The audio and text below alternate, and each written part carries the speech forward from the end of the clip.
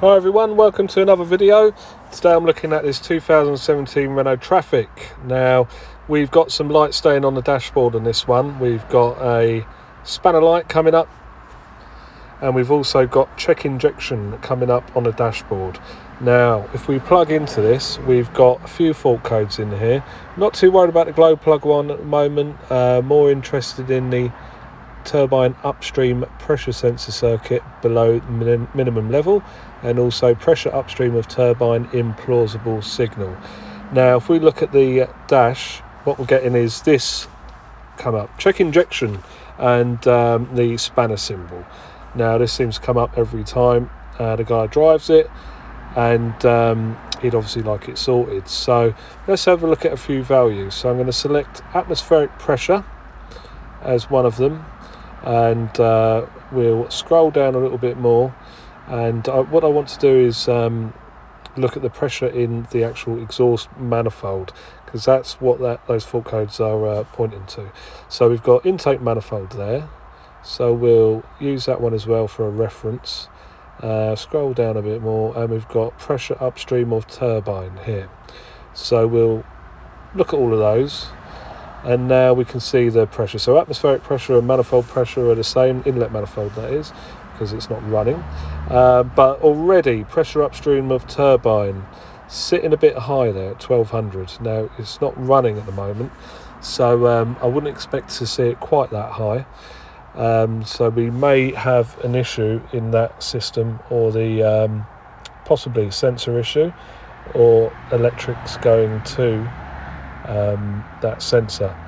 So we're going to delve into that a little bit deeper, but before I do, I'm just going to start it up and see what that pressure does with the engine running.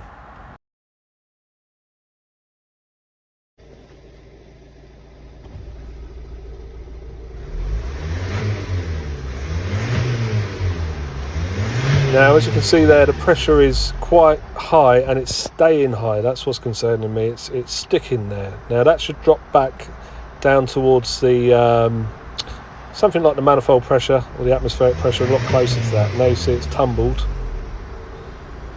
raising again. It does seem to be quite sporadic though. It's not working as I would expect it to. So I'm not quite happy with that pressure. Especially the fact that, first of all, it did stick quite high and didn't really want to drop down. So it is pointing to an issue there with that sensor or the pipework or related bits and pieces to it. Now we're going to get to the sensor. So first of all, we've got to take this intake pipe out of the way. So 2 Jubilee clips on it, quite easy, and it just lifts out like so. Now we can see the turbine pressure sensor. This is it with the plug removed. So this is pre-turbine, so this is before the actual turbo. It's actually in the manifold, so you could call it an exhaust manifold pressure sensor. Now I'd like to remove this to have a look. We've got a horseshoe clip on the back of it here that needs to be pulled out, and it's also got a securing clip on its actual hose. So we need to get this off and see what we're looking at. Here is it out, not too hard to get off. There is a clip on the bottom of it which you've got to actually destroy to get rid of. Looks well carboned up, so it does look like it's been getting clogged. This is the securing clip that holds it on, and this is the clip that I had to destroy on the pipe to actually remove it. So now that's out of the way, we're going to put a MITI-vac on this pipe and just make sure that pipe isn't blocked. Now here's a MITI-vac pumping away, and that's not good. So that shouldn't be holding any vacuum at all. This pipe looks like it's blocked, so there should be no resistance on that at all. The MITI-vac should stay at 0. So although the sensor doesn't look too clever, also the pipework to this I would suspect is clogged with carbon and stopping that sensor reading as it should, and also it's holding the pressure within that pipe. So we're going to have to remove it. I've already removed this pipe you need to remove that to get to this sensor, or get to the pipework for this sensor. This pipe goes down here. It's got two fixings. It's got an 8mm bolt here, and it's got a 10mm nut lower down. Quite difficult to get to. You've got to get your hand right down the back to get to it, and it doesn't seem to be any easier from underneath. So you need to get that pipe out of the way so you can get down to the metal pipe which bolts onto the exhaust manifold. That is a 10mm bolt, and it's not too bad to get to, but it is down the back. So if you just trace the pipe down with your hand, it will take you to the bolt that secures it to the manifold. And this is what you're left with. Here's the bolt that secures it to the manifold. That's not actually blocked, so that seems okay. But if we try to miti-vac on this with the pipe removed, you can see the pressure is still holding on the gauge. So this pipe is completely blocked. So the blockage isn't within the exhaust manifold. I would suspect this within that bend on the pipe. Half an hour later, I've got this pipe unblocked. Now, I would suggest just buy a new one. I don't think it's particularly expensive. I've spent about half an hour unblocking this with welding wire.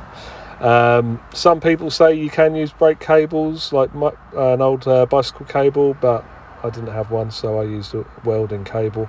Now, as you can see, this is what it should be like. It's not holding any pressure on the gauge at all, so air can flow freely through that. Here is the new pressure sensor, which I'm going to fit. I think next time I will buy the pipe as well, but I've managed to save it for the moment. Here is the part number for the sensor. My vehicle's 2017, so I would suspect yours, if it's around the same sort of age, would be a similar sort of sensor. Right guys, so that's the new sensor finally fitted. That's all on. Now we've got to test it, make sure it's working okay. So first thing I'll do is delete these fault codes.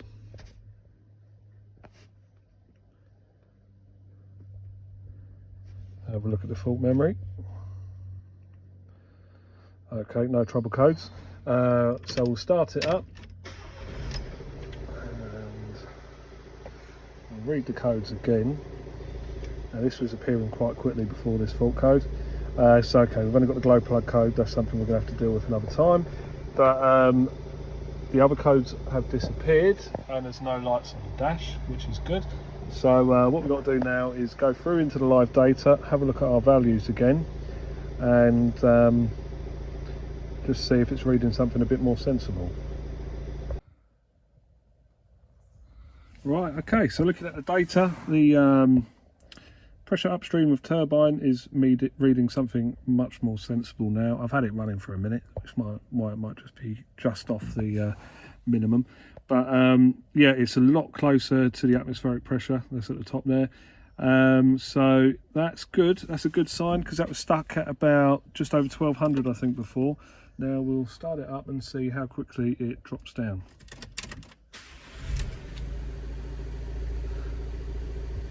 Okay, so that looks fairly sensible.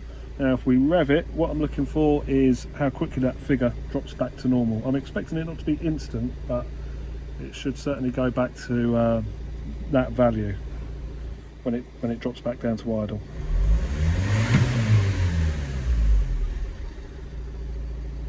And as you can see, very little delay, doesn't stick anywhere, progressively drops down back to about where we were. So I'm going to call that a fix, guys. I'll just have a quick look in the fault memory, make sure we haven't generated a code. Yep, just a glow plug one there, nothing to do with the other fault codes. So yeah, that's all good. Hope this has helped some of you. If it has, please subscribe to the channel. It doesn't cost you anything, completely free, and it does encourage me to make new videos. So yeah, good luck with your one, and see you in the next one.